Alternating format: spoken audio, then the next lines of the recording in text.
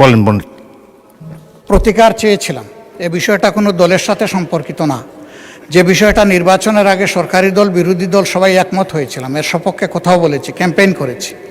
আমরা প্রতিকার যে পেলাম না, এতে আমরা না, এতে দেশবাসীর তাদের রায়ের প্রতিফলন হলো না, মূল্যায়ন হলো না। আমরা বিরোধী দলে বসে এই অবমূল্যায়ন আমরা মেনে নিতে পারি না। এই জন্য তার প্রতিবাদে আমরা ওয়াকআউট করছি। মাননীয় বিরোধী দল নেতা, আপনি আমার বক্তব্য তো সম্পূর্ণ করতে দিলেন না। আমি আপনার পুরো বক্তব্য শুনেছি। আপনার ওয়াকআউট করা আপনাদের অধিকার, কিন্তু আমি বলতে চাই যে আজকে একটু পরে আরেকটি মুলতবি প্রস্তাব বিবেচিত হবে। সেখানে আমার মনে হয় যে আপনি আপনাদের প্রশ্নের উত্তর পেয়ে যাবেন এবং সেখানে মন খুলে আপনারা আরও কথা বলতে পারবেন।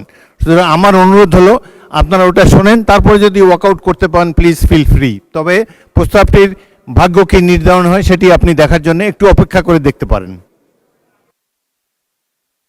বিরোধী দল নেতাকে মাইক দেন। হ্যাঁ, ওই নোটিশটাও আমাদের নজরে আগে কিছুটা এসেছে এবং আমরা মনে করি যে মূল নোটিশকে চাপা দেওয়ার জন্য ওই নোটিশটা সামনে আনা হয়েছে।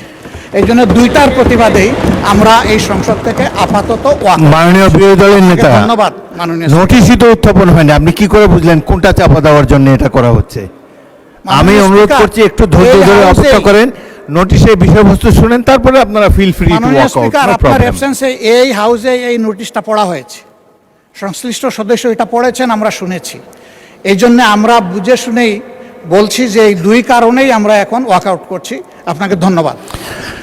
নিশ্চয়ই সংসদীয় রীতি অনুযায়ী আপনারা ওয়াকআউট করতে পারেন, ফিল ফ্রি। ধন্যবাদ। ইয়েস, মাননীয় স্বরাষ্ট্রমন্ত্রী। মাননীয় স্পিকার, আপনাকে ধন্যবাদ।